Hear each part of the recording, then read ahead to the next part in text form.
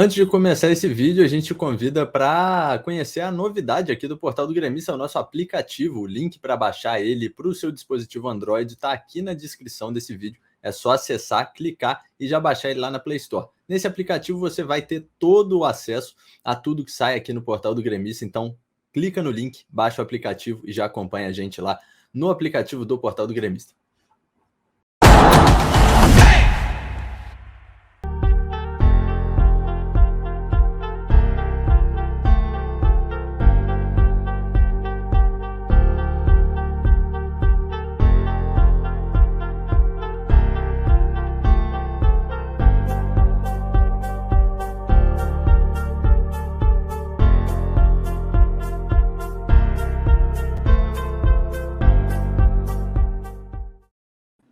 Fala pessoal, estamos começando mais um Portal Entrevista, hoje com o Leonardo Miller. Vamos estar aqui para trocar essa ideia com a gente, para conversar bastante com a gente sobre ele, sobre a carreira dele, sobre o Grêmio. Vamos falar muita coisa aqui, muitos assuntos. Você deixa nos comentários a sua opinião sobre todos os temas que a gente vai falar aqui.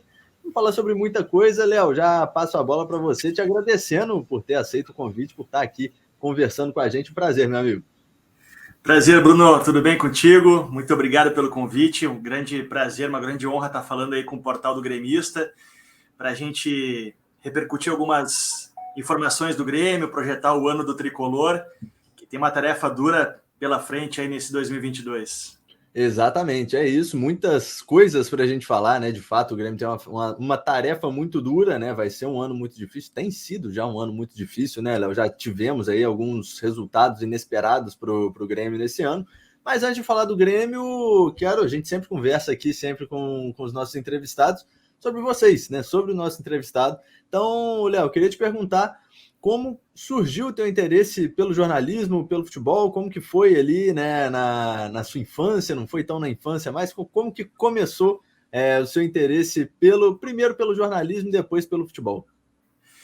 Bruno, vamos voltar um pouquinho no tempo. Ainda na escola, cara, lá, morando em Taquara ainda, sou ali da região do Vale do Paranhana, já na escola, ali no ensino médio, já tinha um olhar mais atento, assim, na televisão, gostava do trabalho do correspondente internacional, né, dos jornalistas, sempre gostei bastante. Né, sempre gostei muito de televisão, assim, daquele trabalho do repórter, de estar ser a testemunha ocular do fato, né, estar no local ali para transmitir a notícia. Bom, aí veio a faculdade, e aí eu não consegui de imediato fazer jornalismo, porque na cidade onde eu moro ainda não tem um curso universitário, né, a Universidade de Jornalismo. Então eu fiz publicidade e propaganda na Facate, mas entrei no meio da comunicação. Aí depois de um período, eu consegui, junto com a família ali, né, graças aos meus pais, minha avó, me ajudaram nesse início, e aí consegui entrar então na faculdade de jornalismo, aí sim na Universidade Fevale, na época era Centro Universitário Fevale, em Novo Hamburgo, fica a 30 minutos de Taquara. Bom, ali eu comecei e não consegui trabalhar de imediato na área. Né? A gente sabe aí que jornalismo, para ganhar dinheiro, é difícil, né? Para trabalhar com informação nem sempre é fácil. Né? São poucas empresas, né? Agora tem o crescimento das redes sociais, mas na minha época, lá no início ainda, as redes sociais ainda caminhavam, assim, né? Não tinha WhatsApp, por exemplo, não tinha... O YouTube ainda engatinhava, o Instagram não tinha, era Facebook, Facebook não, Orkut. Então era um processo mais lento, assim, né? Então tu tinha muito que tentar entrar nas empresas tradicionais, né? Esse era o caminho, não fazia um canal no YouTube naquela época, a gente está falando de 2002, 2006, 2005, ali era muito, muito difícil. Aí eu consegui trabalhar na TV da Fevale, isso era uma coisa que eu já tinha definido, assim, eu queria televisão, gostava muito de televisão.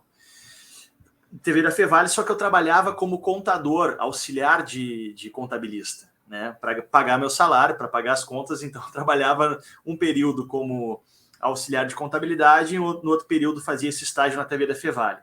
Consegui depois uma vaga de estágio voluntário na TV Bandeirantes, ou seja, não ganhava nada, fiz um estágio lá, depois abriu uma vaga de estágio remunerado, e a Band é uma grande escola, assim, até quem está nos acompanhando aí, indico muito, se possível, passar pela Bandeirantes, começar a carreira lá, porque tu aprende muito, né? A Band te dá muitas oportunidades. E lá fui me formando, aprendi muito, foi uma grande escola. Depois fui contratado carteira assinada, e só que antes dessa vaga com a carteira assinada, eu saí e voltei. E nessa saída da Band, aí em 2010, eu criei um canal no YouTube chamado TV Vale do Paranhana, TVVP, onde eu contava as notícias da minha região, Taquara, Parobé, ali, Rolante, Riozinho, Igrejinha. E aí 2 amigos viraram sócios no projeto, a gente comprou uma Towner, essas Towners que vendem cachorro-quente, sabe?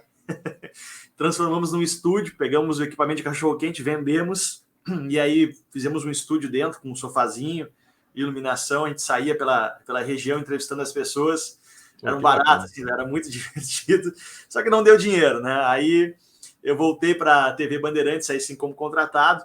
Aí desde 2012 eu estou no grupo RBS, fui para a TV Com primeiro, depois a TV Com virou Octo, e aí eu entrei em 2015 na RBS TV, aí sim no esporte, né? Até então gostava muito de geral, fazia política, apresentei programas políticos, culturais, economia, mas é em 2014, ali 2015, que eu começo a gostar mais do esporte, porque eu vejo que para televisão o esporte é um grande barato, assim, porque tu consegue criar muitas coisas, né? Formatos, ideias, edição, então isso é muito legal.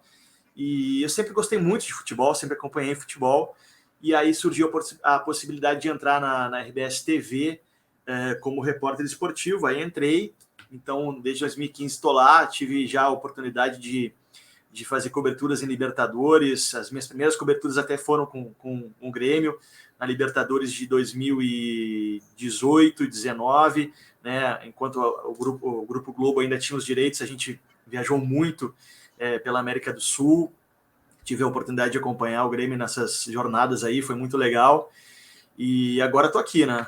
Tô aí já um tempinho no esporte, gostando bastante. Bacana demais, Léo. Muito bacana a história. E pegando até esse gancho dessa cobertura que você falou, dessas coberturas, né, de 18, 19 do Grêmio. 19 você cobriu o Grêmio na Cobriu o Grêmio. E cobriu o 18 Grêmio e na 19. Libertadores. São dois anos que a gente tem aqui no portal, a gente fala muito sobre esses 2 anos, né? Porque em 17 o Grêmio ganha a Libertadores, em 16 o Grêmio ganha a Copa do Brasil, e é o auge ali do trabalho do Renato. Depois, em 18 e 19, ali River e Flamengo, muito se criou um alerta para que o trabalho do Renato, talvez, né, ligando realmente um alerta de que o trabalho do Renato estivesse num certo declínio. Então, a gente fala muito sobre esses 2 episódios, né, especificamente da Libertadores de 18 e 19. Você, como estava trabalhando nelas, queria o seu relato sobre qual era a sua impressão, né, cobrindo o Grêmio, porque a gente vê muitos torcedores hoje, né, e a gente mesmo aqui no portal, a gente discute o Grêmio estar nessa situação hoje, né, uma situação terrível de Série B, onde o Grêmio não deveria estar, e que ninguém imaginava, né? Em 2017, se a gente pegar num tempo histórico, 2017 para 2022 é muito pouco tempo para você conquistar uma Libertadores e estar disputando uma Série B, né? Então, assim, qual era a tua impressão nessas coberturas do Grêmio, no desempenho do time, sobre esse pós-título de Libertadores, o pós-auge do Renato? O que deu errado no Grêmio a partir dali? Vou começar te respondendo que, na minha opinião, eu acho que o ciclo do Renato não tem a ver com esse momento do Grêmio, de rebaixamento especificamente. A gente pode falar de estilo de jogo, processos, mas o Grêmio não foi rebaixado por causa do Renato, né? O Grêmio teve 38 rodadas para sair do rebaixamento, né? E não precisava de muita coisa, era só mobilizar um pouquinho mais, ajeitar alguma coisinha, tu saía. Campanhas ruins, todos os times fazem, né? Crises, todos os times têm. Então, eu acho que não foi culpa, por exemplo, da gestão do Renato que o Grêmio caiu, né? O Grêmio teve aí, teve o Thiago Nunes, teve o Filipão, depois veio o Mancini, todos tiveram a possibilidade de tirar o Grêmio do rebaixamento e não conseguiram. Claro, muito culpa dos jogadores também, mas eu acho que existiram várias possibilidades para tirar o Grêmio do rebaixamento, né? E não conseguiram.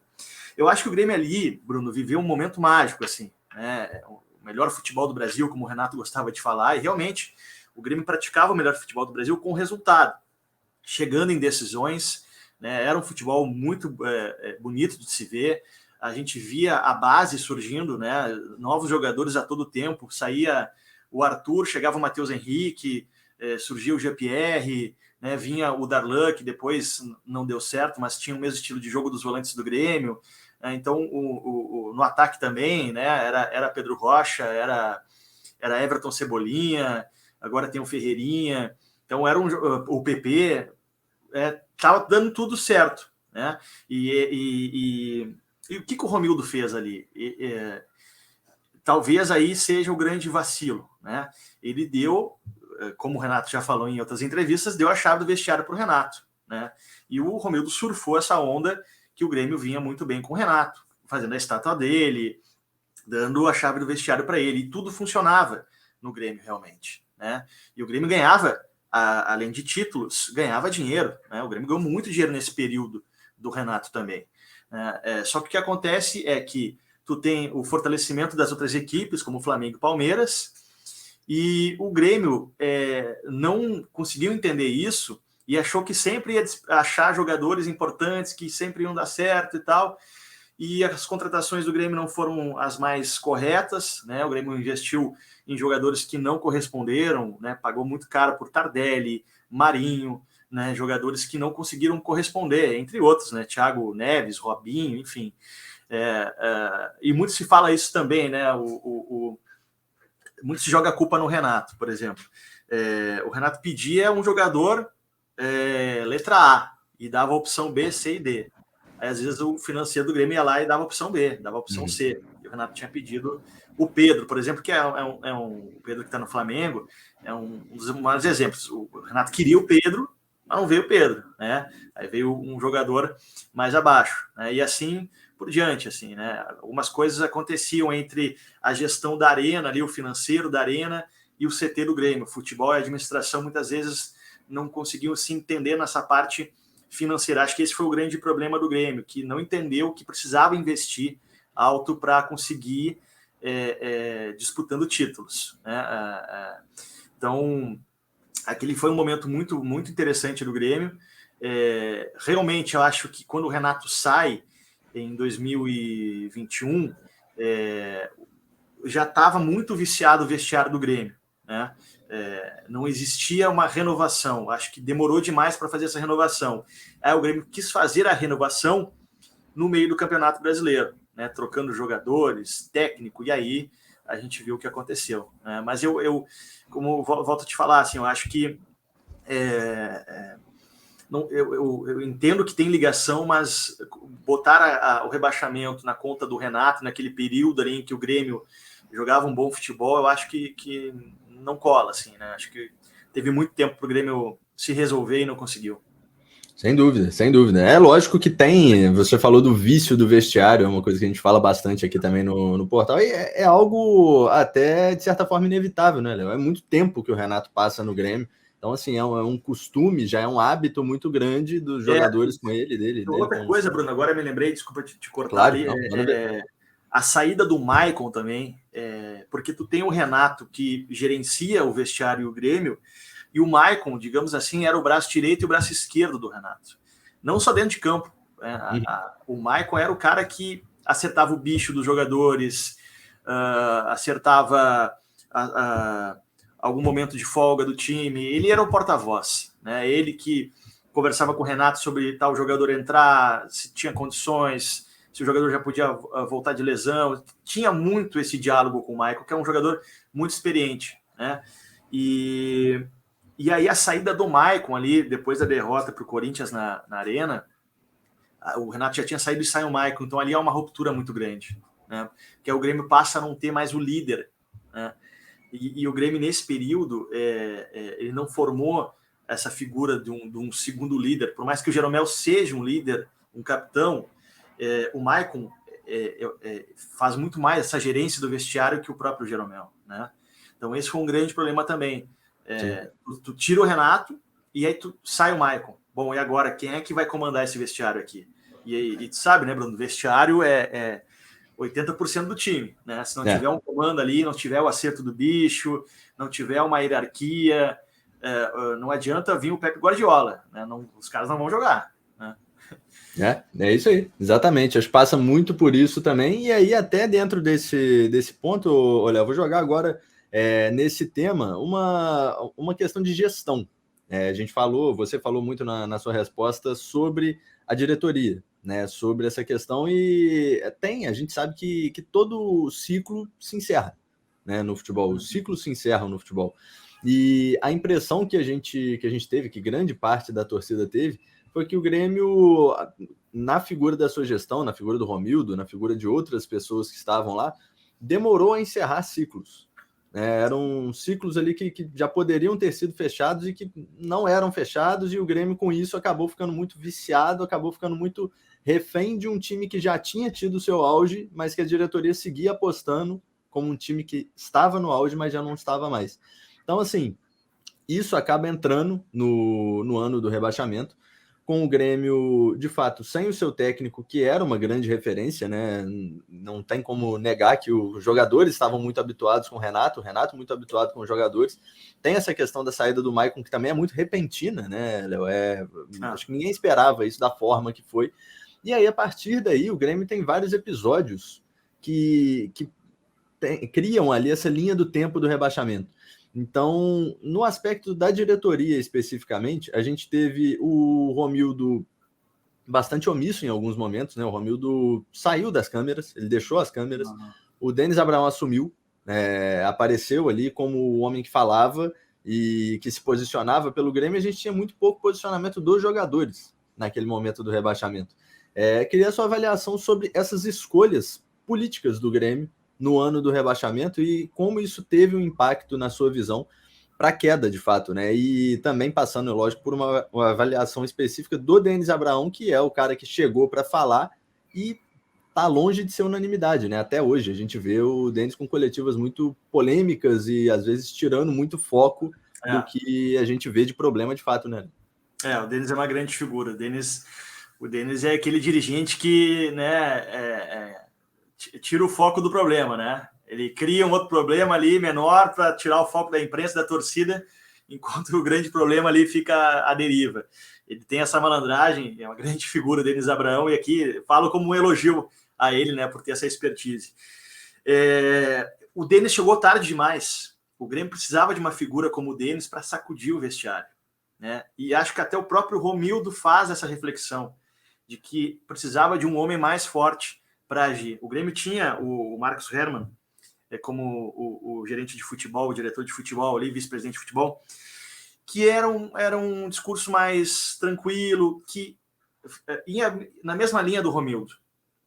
Então era tudo, né, na base da conversa, do ponderamento, né? Precisava ter uma linguagem mais forte, mais boleira, que o Grêmio perdeu isso com a saída do Renato e do Maicon, né?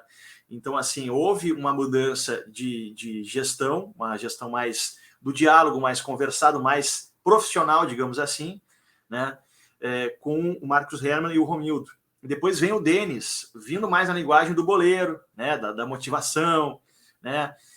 Então, acho que o Denis chegou um pouco tarde demais para o efeito que precisava ser feito, né? Então, acho que a parte da diretoria do Grêmio atrasou muito isso, né? O Grêmio esperou demais para reagir. Esse foi um grande problema. Pelo que a gente sabe, o Filipão tentou vir mais com esse pulso firme dentro do vestiário, mas não teve companhia, né? Não teve companhia para tirar um ou outro jogador.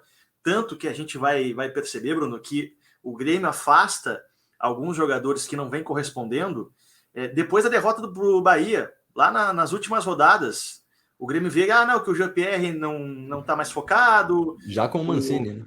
Já com o Mancini, o Everton Cardoso está afastado. O Grêmio afasta os jogadores que não vêm correspondendo ou estão lesionados lá nas últimas rodadas, quando já não tinha mais o que fazer, era vencer, né? Por que não fez isso antes? Olha, o jogador tal não está focado, vamos afastar, até para dar uma mensagem para o restante do grupo. O Grêmio demorou demais, né, para mostrar o que estava errado, né?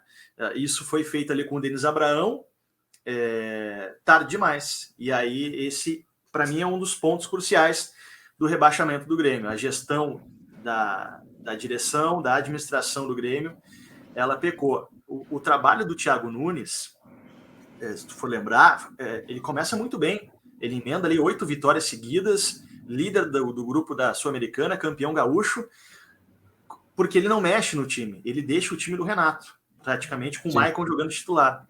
E aí no Brasileirão ele começa a fazer a ruptura de estilo de jogo. O Grêmio tem os casos de Covid, que isso sim afetou com certeza o rendimento do time. Mas depois tem essa ruptura do Thiago Nunes, ele que tenta botar o estilo de jogo dele, ele não consegue. E aí o Grêmio começa a se perder. E aí só vai reagir de verdade quando chega o Denis Abraão com um discurso de aproximação do torcedor, com jogadores, só que daí acaba sendo tarde demais. E junto com ele vem o Wagner Mancini, que aí isso também é um outro ponto, né? É um técnico que tem na sua carreira quedas, né, para a Série B, também tem salvamentos, digamos assim, times que escaparam da zona de rebaixamento, mas é um técnico que não conseguiu fazer o Grêmio melhorar e jogar bem. Assim, eu me lembro assim, que o Grêmio dá uma resposta no primeiro jogo, vencendo o Juventude, né? Depois, aquilo ali foi um Grêmio, né, apático, assim, alguns momentos, né, de bom futebol, mas foi aquilo. O Grêmio ele consegue vencer na reta final a Chapecoense, que já estava rebaixada, o Bragantino, que vem jogar na arena com um time Z aqui, né? E o restante dos jogos, aí o Grêmio vence o São Paulo. Esse foi o único jogo assim que realmente o Grêmio jogou bem ali, o São Paulo, o time titular, mas depois o Grêmio enfrentou adversários que estavam afim, como era o Bahia, né? Que tinha que vencer lá, ou segurar um empate, o Grêmio não conseguiu, né? O jogo contra o Bahia foi uma coisa assim. Eu tentava em Salvador, foi uma coisa assim lamentável, assim, né? Porque o Grêmio fez toda uma mobilização, o Grêmio contratou na época lá um editor de imagens para fazer um vídeo de todos os jogadores com os melhores momentos, mexer com o emocional dos jogadores, e a gente pensou, bom, os caras vão entrar comendo a grama, né? Pode perder, pode, mas a gente vai ver os jogadores, né, com raça, né? E aí tu viu o Grêmio apático, assim, alguns jogadores mostrando muita vontade, mas outros, assim, desligados completamente, né? E aí o Grêmio afasta depois alguns jogadores, aí já é tarde demais, né? Pois era aniversário da batalha, se eu não me engano, naquela ocasião. Batalha, me lembro, eu fiz reportagem sobre isso. E aí o Grêmio tentou. Conhece a batalha da Fonte Nova, a batalha de Salvador, agora e tal, e tinha muito discurso. Até o próprio Romildo, Bruno, não sei se você vai lembrar, ele na vitória contra o Bragantino, acho, no vestiário ele fala: agora nós temos 6 batalhas dos aflitos pela frente, o Grêmio, né, imortal. O próprio presidente invoca esse poder, assim, mas aí já tá tarde demais para reagir, né?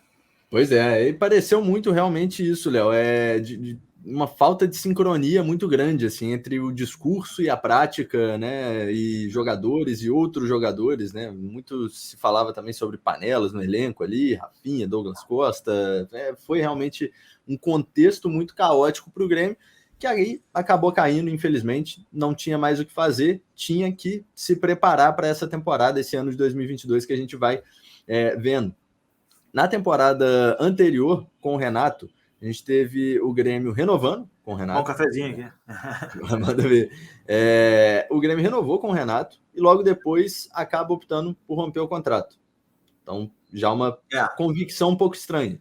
Né? E aí acabou rompendo o contrato. Na montagem de elenco, o Grêmio faz investimentos um pouco maiores do que vinham fazendo, né? O Grêmio traz o Douglas Costa, o Grêmio traz o Rafinha, faz ali um elenco, traz nomes que deram esperanças a torcidas de que o Grêmio poderia brigar por algo maior do que vinha brigando em 18 e 19 especificamente, e acaba dando tudo errado e o Grêmio cai.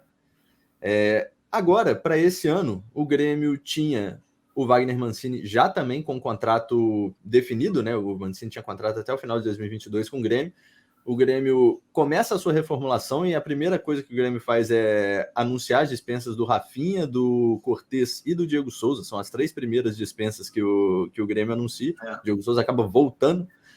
O Diego Souza sai e é recontratado pelo Grêmio. É uma coisa incrível.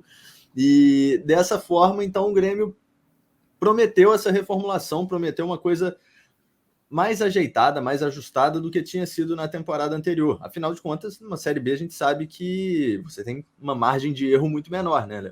O Grêmio precisa subir, o Grêmio precisa do acesso, até porque a diferença financeira, né? A diferença do que entra no Grêmio financeiramente nessa temporada é gigantesca. Então o Grêmio começa a partir dali, já a partir do final do ano, essa reformulação. Escolhe o Mancini, define que vai ficar com o Mancini, e aí, com, se não me engano, 6 rodadas do Campeonato Gaúcho, o Mancini cai, né? Ainda contando que as primeiras foram com o time de transição. O Mancini indica jogadores porque já trabalharam com ele, né? Pela confiança que ele tem. É o caso do Janderson, por exemplo, o caso do Nicolas, que já tinham trabalhado com o Mancini no Atlético Goianiense. O Mancini cai e o Grêmio traz o Roger. O que foi, na sua visão, na sua impressão, essa troca do Mancini pelo Roger, se isso foi repentino, se isso não foi, se isso era esperado, se não foi, e se, principalmente, se isso já foi a primeira grande falha da gestão do Grêmio nessa temporada?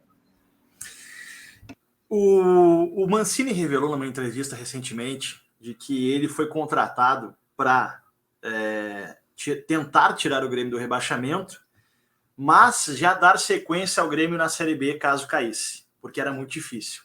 Então o Mancini já teve essa conversa com o Denis Abraão. Olha, tu vem para tirar o Grêmio do rebaixamento, mas é muito difícil, já vamos estender teu contrato aqui até 2022, porque talvez vai ter que jogar a Série B. Me pareceu que o Mancini ficou muito mais por um acordo que ele tinha com o Grêmio, né? O Denis manteve a convicção dele em relação ao Mancini, mesmo sabendo que não ia dar certo, né? Tava na cara. Quando tu vai na arena e tu já vê o murmurinho da torcida na primeira rodada, mesmo vencendo, tu já percebe que não vai dar certo, né? Porque o time vencendo tá ruim, né? E o Mancini já carrega essa marca da primeira passagem dele no Grêmio como técnico, em que ele foi demitido sem perder nenhum jogo, mas o time jogava mal. Então o Mancini era a cara da Série B, né? Ele tinha esse selo, caiu com o Grêmio. Então a torcida tinha esse ranço. Tava na cara que não ia dar certo. Tava na cara. O Denis manteve o Mancini porque fez esse acordo com ele. E aí a gente pode ver mérito do Denis, que manteve a palavra do Mancini. Porém, era um momento ali de refletir. Olha, a gente precisa trocar o técnico. Agora, a gente olhando, podemos dizer, bom, deu certo, né? Porque trocou o Mancini pelo Roger. O Grêmio foi campeão gaúcho, né? Vencendo bem o rival, depois acabou perdendo o Grenal na Arena, mas venceu bem o rival e encaminhou um time para a Série B, que era o que o Grêmio queria. O Grêmio queria chegar na Série B com uma ideia de time. O Grêmio conseguiu esse time nas fases finais do Campeonato Gaúcho ali contra o Inter e o Ipiranga, né? Um time mais reativo, não tanto com posse de bola. Então, sim, o Grêmio, digamos assim, que escreveu certo por linhas tortas, né? Mas correu um risco, né? O mérito dessa direção foi, e aí, independentemente do técnico, né? O Grêmio deu 30 dias de preparação física.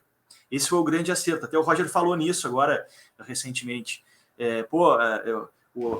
Os 30 dias de preparação física, de pré-temporada, estão dando resultado agora. A gente acabou o jogo contra a Ponte Preta correndo, e realmente, né? O Grêmio deu bastante tempo para isso, que era um problema que o Grêmio tinha nos últimos anos de preparação física, muitas lesões. Então o Grêmio está mais forte nessa questão. O Roger, para mim, foi um acerto. Acho que é um técnico que também precisava do Grêmio, né? O Roger não vinha de bons trabalhos assim com resultados, tinha boas atuações nos seus times, mas sem resultados. E o Roger é gremista, é da casa, né? Tem mais de 20 anos de time, multicampeão com o Grêmio. A torcida tem carinho por ele, então esse casamento ele é muito importante, né? Que não tinha com o Wagner Mancini, né? Por mais que o Mancini estivesse ganhando jogos, a torcida não estava feliz, né? E aí, enfim, escreveram certo por linhas tortas. O Grêmio chega bem na Série B, foi campeão gaúcho, mas correndo um risco ali de no caminho, daqui a pouco trazer um técnico errado, né? Mas acabou dando certo, né? Acho que o Grêmio está muito bem encaminhado para a Série B com o Roger. Tem que ajustar algumas coisas ainda. A gente viu no último jogo contra a Ponte Preta ali que até hoje, eu estou fazendo uma reportagem para o Globo Esporte, de que quem faz gol no Grêmio é o Diego Souza. Os jogadores do Grêmio não têm, de ataque, não tem esse perfil de fazer gols, né? O Ferreirinha cria muito, mas ainda tem alguma dificuldade na finalização. O Campas também chuta muito, mas não tem poucos gols. O Janderson, o Ricardinho, que está voltando agora, né? O Biel, agora que entrou também. O Grêmio precisa melhorar isso aí para não ser dependente do Diego Souza, né? Porque a gente viu no jogo contra a Ponte Preta que faltou ali um finalizador, né? O próprio Elias, que é artilheiro do Grêmio na temporada junto com o Diego Souza, só que o Elias precisa finalizar 2, 3 vezes para conseguir fazer um gol, né? Ele não é aquele matador, né? Ele está ainda se ajustando nessa posição, assim, né? Mas é tudo questão de ajuste. Mas acho assim, Bruno, resumindo a tua pergunta ali, acho que o Grêmio conseguiu arrumar a casa, né? Mesmo correndo o risco de trocar o técnico no meio do caminho. Exatamente. Concordo bastante contigo, Léo. E passando também por um outro ponto importante desse acerto, desse caminho que o Grêmio agora segue com o Roger Machado, a gente vai falar um pouco agora das escolhas das peças, né? O Grêmio fez uma lista de dispensas muito grande, teve muitas saídas de jogadores, né? Teve mais saídas do que chegadas, inclusive, segue encaminhando saídas, né? A gente teve agora a saída do Rildo por empréstimo para o Bahia, uma saída que até surpreendeu bastante gente, que achava que o Rildo poderia ser utilizado pelo Grêmio, pelo Roger, na temporada. E aí queria agora a sua opinião sobre, diante do que o Grêmio já trouxe e do que o Grêmio já dispensou, quais são os maiores acertos e os maiores erros do Grêmio na montagem de elenco para 2022, tanto nas chegadas quanto nas saídas, na sua visão? Olha, uma boa surpresa foi o Nicolas, lateral, indicado até pelo Mancini, né? E isso é engraçado, né? O Nicolas chega como um lateral que é defensivo, não ataca muito, e ele está se destacando no Grêmio justamente ao contrário, no ataque, né? É líder de assistências aí do Grêmio, está cruzando muito bem, acabou se machucando, mas até no treino dessa semana ele estava correndo já, acho que na terceira rodada da Série B ou quarta ele já deve estar disponível, mas contra a Chape não difícil jogar. Esse foi um acerto, né? Acho que o Bruno Alves é um zagueiro assim bom para grupo, né? Tá conseguindo casar com o Jeromel ali, acho que foi um acerto também. O Janderson, acho que não precisava. Acho que dentro do grupo do Grêmio tem esse jogador veloz, não precisava o Janderson. E aqui eu não estou cancelando o Janderson, né? Acho que é um jogador que dentro do grupo o Grêmio tem. Pega da base ali, o Grêmio vem formando bons jogadores e vai conseguir espaço, né? Permanecer com o Diego Souza, acho que todo torcedor do Grêmio queria isso, só a direção do Grêmio entendeu que não, né? Depois acabou tomando um choque de realidade assim das redes sociais e do mercado e viu que não tinha melhor que o Diego Souza para a Série B, né? Pô, centroavante, artilheiro do Grêmio nas últimas temporadas, fazendo mais de 20 gols. Então, a permanência do Diego Souza é muito importante. O Benítez, olha, é um jogador que no São Paulo foi bem, no Vasco teve alguns momentos. Eu queria ver ele ainda um pouquinho com o Roger, sabe? Eu me lembro muito o que o Roger fez com o Douglas, que é um meia lento, né? O último camisa 10 que a gente fala no futebol. O Douglas, né, conseguiu jogar muito bem com o Roger, né? Entrando na área, jogava mais próximo ali do gol, fazendo gols decisivos. Eu queria ver se o Roger não conseguia transformar o Benítez um pouco nesse Douglas ali que foi em 2015, 2016 com o Roger. De repente ele consegue. Tem que ver como é que o Benítez está também, né? Fisicamente a gente sabe que o Benítez ele é um jogador que acaba se machucando muito, mas ainda acho que dá para esperar algo desse jogador, desse meia aí que de repente pode render alguma coisa. O Edilson, eu acho que o Grêmio acerta. Primeiro, pelo futebol, acho que na Série B ele vai jogar tranquilamente. E depois pela pessoa que ele é no futebol. É um cara que chega no vestiário, ajuda a manter a boa gestão do grupo, é líder, né? É um jogador que dentro de campo defende seus jogadores. A gente fala ali, é um jogador bandido, assim, né? Que vai para a confusão, né? E precisa isso, né? Mais na Série B. Tem que ter o jogador mais calmo, como um Jeromel, né? e tem que ter um cara mais esquentado. Esse é o casamento que tu precisa fazer, né? Porque nem todo mundo pode ser santinho dentro de campo, nem todo mundo pode ser bandido, senão vai virar uma pancadaria, mas tu tem que ter esse equilíbrio. Eu acho que o Edilson é perfeito nisso, né? É um cara para grupo muito bom, assim, né? E até estava vendo o treino dessa semana, o Edilson é diferenciado na batida da bola, né? Ele bate de 3 dedos, cruza muito bem. É um jogador que eu acho que vai corresponder muito no Grêmio ainda. O Grêmio contratou também o lateral do Mirassol, Rodrigo Ferreira, né? Isso aí. Acho que para grupo é bom, né? A gente sempre fica na expectativa do Léo Gomes, quando é que ele vai voltar. Até o Léo Gomes estava treinando de zagueiro, né, nessa semana aí de treinos. Vamos ver se ele consegue voltar a jogar um pouco, né? Porque ele foi muito bem. Mas acho que das contratações que o Grêmio fez, assim, a que não correspondeu foi o Janderson, né? O restante agora veio o Biel, né? É um jogador que o Roger foi bem lá no Fluminense, é uma indicação do técnico. O Elkson, eu acho que é um centroavante que pode ali, né, para uma abafa do segundo tempo, para pressionar, é um jogador que pode para a Série B funcionar bem, assim, né? Lembrando, né, o Grêmio está na Série B, né? O Grêmio não tem que contratar jogadores luxuosos. Exatamente. Né? Pô, precisamos contratar, por exemplo, tá? Talvez o que eu vou dizer aqui, vou levar paulada, mas eu era contra a vinda do TT por 3 meses. Acho que o Grêmio não precisa do TT para a Série B. É um jogador diferenciado? Mas eu acho que vinha aqui 3 meses, aí ele vai querer ser titular, obviamente, vai ter que botar para jogar, aí vai botar uns guri, vai botar o Elias no banco, botar o Campaz no banco, aí vai jogar, não vai jogar, aí quando pegar ritmo já sai, né? Acho que isso não seria bom para o Grêmio, né? Então acho que o Grêmio precisa desse tipo de jogador, assim, jogador que vai trombar, vai jogar. A gente viu contra a Ponte Preta ali, né? A Ponte Preta batendo no Grêmio, o juiz não marcando muita coisa. Vai ser assim a Série B, né?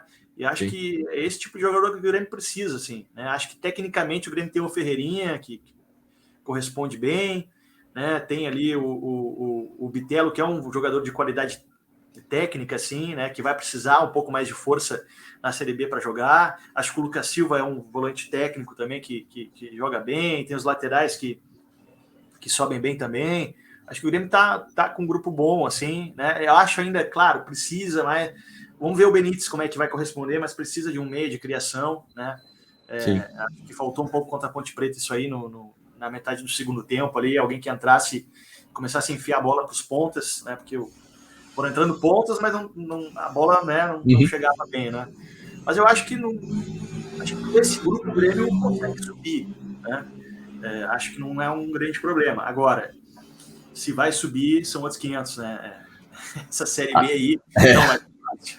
Exatamente, é uma Série B muito específica também, né? Esse ano, com muitos times grandes, outros clubes também com um desempenho muito interessante, por causa do Guarani, né? O Guarani jogando bem, o Sport jogando bem, Bahia. Bahia, né, venceu o Cruzeiro na rodada inicial. Um jogador específico agora, queria a sua opinião. Se foi o maior erro ou não? Orejuela chegou, jogou, não jogou mais e já foi embora em menos de 2 meses. Sua opinião sobre a chegada e saída repentina desse jogador? E a gente teve, né, um cenário muito provável e inclusive possível do Benítez ter o mesmo caminho, né? De chegar e sair. São 2 jogadores que chegaram em São Paulo podem sair. O Grêmio no total, assim, com o Orejuela, fez certo. Pô, é um jogador que jogou bem aqui nos últimos anos. Para a Série B, acho que poderia ele se recuperar. Ele mostrou qualidade. Vamos trazer. Trouxeram, né? Não deu certo. Um abraço. Já negocia o cara. Acho que a novela toda foi boa para o Grêmio. Veio o Orejuela, não jogou bem. Vamos dar mais uma chance. Não deu. Pô, foi muito mal no Grenal, aquele lá que o Inter venceu no Beira-Rio. Tem uma cena dele, ele vai cobrar um lateral, a bola escapa da cabeça dele. Tu vê que ele não estava muito concentrado. Bom, cara, não deu certo. O cachorro apareceu aí. Que bonitinho. Não deu Pode certo. Deixar ele aí. Eu acho que é isso aí, passa adiante, negocia, né? Não fica insistindo. Acho que esse foi um grande erro do Grêmio de 2021, de permanecer com jogadores que não estavam correspondendo, insistia, né? Tu ficava esperando e tu sabia que não ia tirar nada deles. Então, assim, o Orejuela veio, não deu certo, passa adiante. O Benítez, pô, eu acho que ainda merece alguma chance com o Roger, não jogou com o Roger ainda, mas se não der certo, já negocia, procura uma saída, né? Não fica com o jogador, porque isso é muito ruim, né? Para o vestiário, para o grupo, né? Tem que passar, seguir adiante, né? Acho que eu, lá no início do ano, assim, se fosse para aprovar a contratação do Orejuela, eu diria que sim. Pô, acho que é bom, vale a pena. Mas aí depois fez certo. Não deu certo, passa adiante. Um abraço, é isso. É isso, é justo. É justo, muito melhor realmente, de fato, do que ficar com um atleta que não vai corresponder. A gente viu na temporada passada que isso foi uma das principais coisas que acabou derrubando o Grêmio. Agora, Léo, dentro do que a gente tem de técnico, né? O Roger é um cara que chega, quando ele chega no Grêmio, ele chega falando sobre, entre outros vários pontos. O Roger, inclusive, é um cara que me agrada bastante, né? A coletiva do Roger é um cara que fala muito bem, e que dá para ver. Acho que a gente consegue ver, é uma das grandes diferenças dele para outros técnicos que a gente teve, que a gente consegue ver o que o Roger fala. Muitas vezes a gente tinha outras situações, outros técnicos que falavam, o próprio Mancini às vezes falava muito bem, mas às vezes a gente não conseguia ver o que o Mancini falava. O Roger, ele chega falando sobre gostar de usar jogadores jovens e trabalhar bem com esses jogadores. Dentro dessa vontade, desse prazer que o Roger tem de trabalhar com jogadores jovens, é o caso do próprio Gabriel Teixeira, que ele trabalhou no Fluminense e agora chega para trabalhar com ele no Grêmio, a gente tem uma necessidade do Grêmio. O Grêmio não tem uma verba, já falou abertamente sobre isso, o Romildo já falou sobre isso, o Denis já falou sobre isso, não tem uma verba para fazer grandes contratações, e você falou, e concordo bastante contigo, que o Grêmio nem deve fazer contratações astronômicas para a disputa da Série B, tem que trazer jogadores que funcionam. Dentro desse cenário, a gente tem o Grêmio com um grupo de transição, um time de transição que fez as primeiras rodadas do Campeonato Gaúcho, um time que revela vários jogadores recentemente, que tem uma base forte, e um técnico que não tem uma verba tão grande para contratar e tem esses jogadores à disposição. Nesse cenário todo, quem você acha que o Roger pode aproveitar mais dos garotos que o Grêmio já tem no grupo principal e que podem eventualmente surgir? Em quais posições esses jogadores podem, ter mais espaço com o Roger, na sua visão?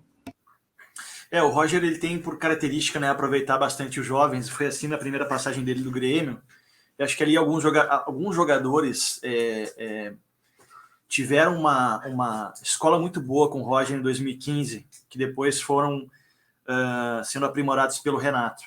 Em 2015, a gente tem ali Pedro Rocha, tem o Everton Cebolinha, até tem uma frase clássica do Roger, que ele fala para o Everton assim: aceita que dói menos. Na época, o Everton era titular do Grêmio, só que ele não aceitava isso. Ele tinha na cabeça dele que ele era o reserva do Bolanhos, do Mineiro Bolanhos. E aí o Roger falava para ele: cara, aceita que tu é titular, para de sofrer com isso e vai jogar. Então acho que o Roger trabalhou muito bem essa gurizada, o próprio Luan também. E depois esses meninos vêm sendo aprimorados ali pelo Renato e vão estourar e vão ser vendidos. Acho que o Roger, eu tenho expectativa assim, e acho que o Roger já está mostrando isso mais uma vez. O Bitelo é um jogador que o Roger está fazendo jogar, e a gente está vendo o Bitelo fazendo gols, finalizando bem. O Gabriel Silva, eu também tenho expectativa de mostrar um bom futebol. Daqui a pouco pode entrar no lugar do Lucas Silva mais atrás, para um segundo tempo, ou para ser o articulador do Grêmio. Tem expectativas boas assim, com o Roger em relação a essa gurizada do Grêmio, que é uma gurizada, Bruno, que vai ter uma gestão diferente no Grêmio, porque no início do ano o Romildo, até num tom assim de cobrança, ele fala o seguinte: que o Grêmio quer formar agora meninos e tal, mais pés no chão, assim. Eu não vou lembrar o termo que ele usa, assim, mas se tinha muito essa questão dos guris do Grêmio, que é uma geração, se tu for pegar ali do Matheus Henrique, Jean-Pierre,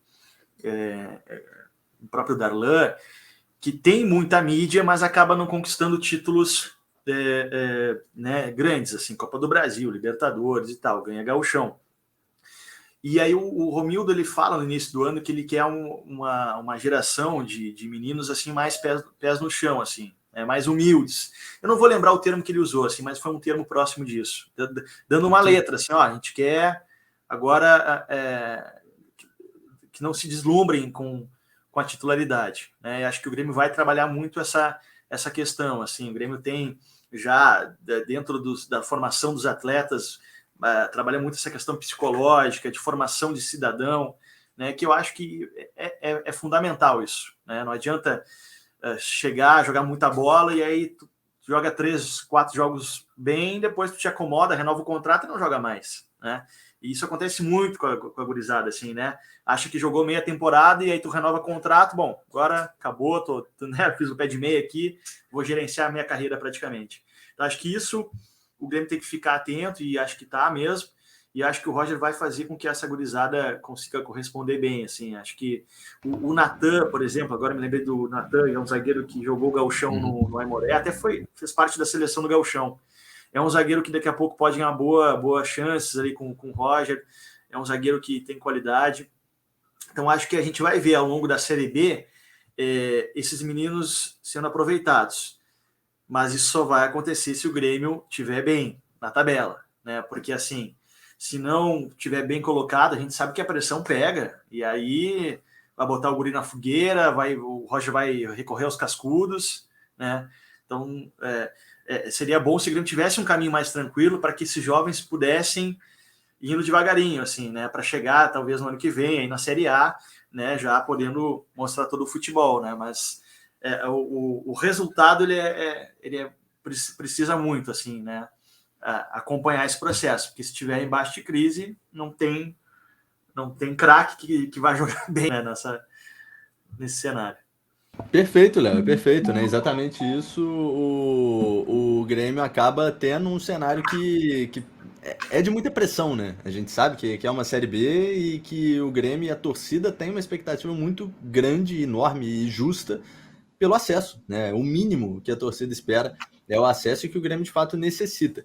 Então, já até caminhando já para a nossa reta final do nosso papo, quero pegar agora pontos positivos e pontos negativos de um assunto específico que é, de fato, o time do Grêmio. O Roger sai do Campeonato Gaúcho falando que encontrou ali a estrutura.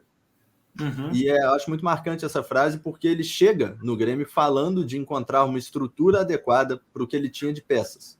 Então ele finaliza o Campeonato Gaúcho campeão e falando que encontrou a estrutura. E a partir daí ele desenvolveu o Grêmio dentro dessa estrutura. É aquilo que você falou, né? Até bate com aquilo que você falou num tempinho atrás, uns minutinhos atrás, do Grêmio ter saído do Campeonato Gaúcho encaminhado com o time para a Série B. Então, queria a sua opinião primeiro sobre quais são, dentro dessa estrutura que o Roger já achou, ainda os pontos mais fracos do time do Grêmio. O Grêmio encaminha bem o time ali na reta final do Gauchão.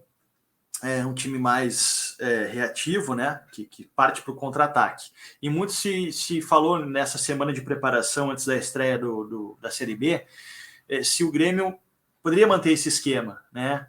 Esperando o adversário, porque na Série B a gente vai ter adversários retrancados esperando o Grêmio. Contra a Ponte Preta, a gente viu que deu certo, né? O Grêmio, por algum momento, esperou a Ponte Preta, por outro momento, foi para cima da Ponte Preta, jogando ali com o Bitelo, com o Lucas Silva, Ferreirinha, né? O Campas, o próprio Elias armando muito o time também. Então, acho que esse esquema do Grêmio, mais forte no meio-campo, ele vai funcionar na Série B. Né? Se vai com um time mais leve, eu acho que não vai funcionar, como não funcionou no Grenal da fase de grupos, onde o Roger tomou um choque de realidade. E já não tinha funcionado contra o Mirassol, quando o Grêmio é desclassificado da Copa do Brasil. O Roger colocou em campo um time mais leve, tentando posse de bola, jogando, ser protagonista, e viu, não vai dar. Não é o grupo para isso, né? Nesse momento, pelo menos. Então o Roger ele vai tentar achar o equilíbrio nesse grupo, mas começando de trás, né? Não abandonando essa característica mais defensiva, né? Eu não vejo, por exemplo, o Grêmio jogando como 2015, onde o Grêmio tinha ali o chamado Pepe Roger, né? aquele toque de bola, posse de bola, passe para lá, passe para cá e ir embora. Não tem grupo para isso, né? São jogadores diferentes, a competição é diferente. Acho que o Roger encontrou o time. E ele fala isso depois dos 3-0 no Inter, no primeiro jogo da semifinal, ele fala isso pro gerente de futebol, Diego Serri. Olha, eu encontrei o time, encontrei uma maneira de jogar. E aí ele vai começar a repetir isso, né? Talvez lá no metade da Série B vai passar por uma reformulação, vai precisar ou não, mas eu acho que nessa largada ele não vai mexer. Até foi questionado sobre isso depois do empate contra a Ponte Preta. Pô, Roger, e aí? Vai mexer no esquema? Não, vou manter o esquema, por mais que tenha empatado 0-0, esse time está equilibrado. Eu vou manter o esquema. Né? E acho que o Roger faz certo. Né? Isso mostra que o Roger não é refém de uma ideia dele. O meu time joga assim, ponto final. Não, meu time vai jogar para vencer. Vai jogar feio, vai jogar com menos posse de bola, ok, mas vai jogar assim. E isso é importante. Né? Que a gente vê muitas vezes, são técnicos. Não, meu time joga assim e pronto. Né? Mas tu não tem jogador para isso. Mas vai jogar assim. E aí o time não vai corresponder. Né? Porque não tem característica para isso. Ou não tem o meia clássico, não tem o volante que saiba jogar, não tem os pontas. Né? Então é importante que o Roger tenha esse entendimento. Assim, é importante da parte dele entender que nem sempre vai dar para fazer o time que ele gosta, né? de ver jogar. Né? Então acho que o Roger está certo. Nessa largada aí, vamos assim. Deu certo no gauchão, ajusta um pouquinho ali, outra coisa aqui e segue. Eu acho que tá bacana. É isso aí, exatamente. Eu acho que o Roger tá achando o caminho dele e tá certo de acreditar nesse caminho, né? De acreditar, seguir nessa convicção para que o Grêmio consiga, de fato, ter uma tranquilidade nesse acesso, nessa sequência de Série B. Série B é essa que tem, Léo, alguns adversários bastante interessantes, né? E bastante incômodos, assim. Tem um potencial muito grande de ter alguns adversários bastante incômodos para o Grêmio. A gente fez aqui no portal na semana passada, né, a equipe aqui, uma projeção do que seria essa Série B.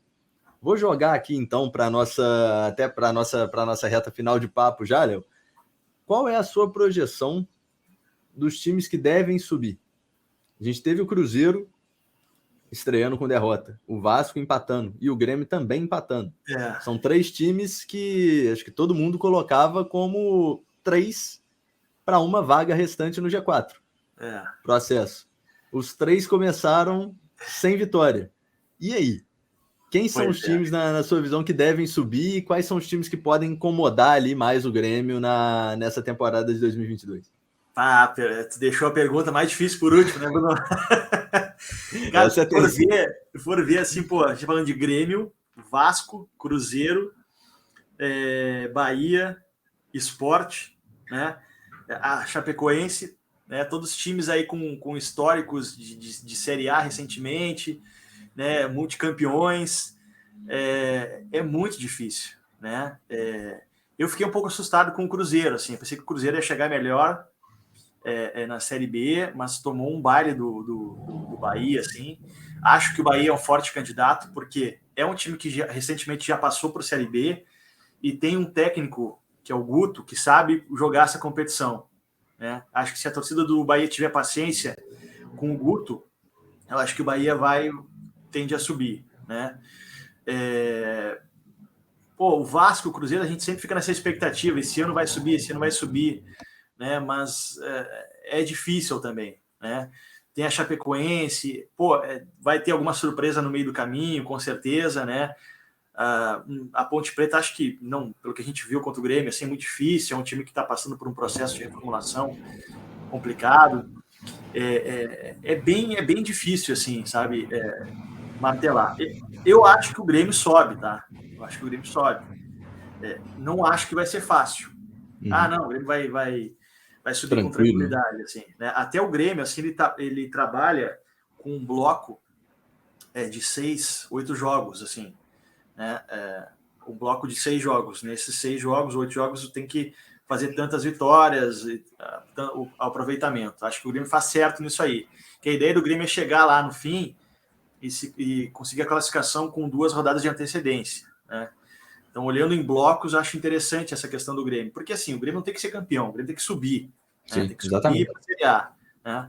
Então, acho que é importante tu fazer essa conta, assim, em blocos. Né?